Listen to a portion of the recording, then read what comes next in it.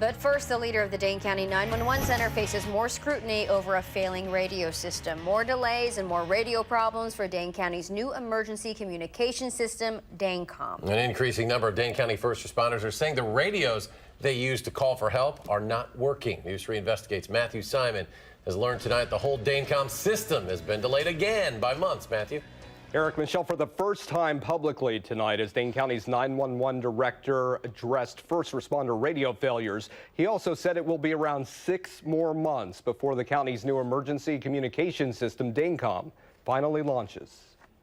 By and large, don't have the system up and operational yet. Because DaneCom's now delayed another 6 months, Dane County's 911 director, John DeYoung, told County Association members administrators want project operator Harris to give a refund. Basically to pay you back. That's the hope of the county executive at this point. And when the topic turned to emergency radio failures, DeYoung blamed Blue Mound's most recent on maintenance. I think the concern from the chief out there and some of the other folks was, you know, you got this new thing on the block, this DaneCom thing, that must be the cause of the problems.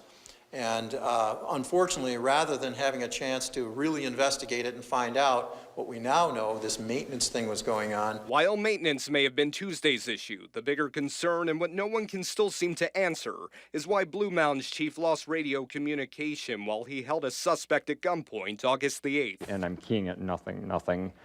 Or we can hear it click and then there's nothing, and to manipulate, hold the radio out and away from us and try to reposition it while holding somebody at gunpoint. Just as in Wednesday night's meeting, as in a meeting earlier in the day with the county 911 board, DeYoung admitted there's an unidentifiable problem, not just impacting Blue Mounds, but also Stoughton, Mount Horeb, and the town of Madison. There's some problems. Some of them might be problems that have all occurred for years and years, and we're just more sensitive to it now and trying to be responsive to it. But I believe the fact that there's been problems. Yeah. There was such a concern today about the radio failures, the 911 board has scheduled a special meeting for September the 30th. Well, these are very concerning issues. Now, Matthew, I know part of this problem they're talking about here is if the DaneComs, these new antennas, are actually affecting the older equipment, right? Right, Erica. Until about 2 weeks ago, county officials were still thinking DaneCom would be up and running right now. So part of the new system is online, but because of this delay, at the same time, the old system continues to operate. DeYoung says DaneCom's operator is in the process of putting a report together to see if there's some sort of advanced problem.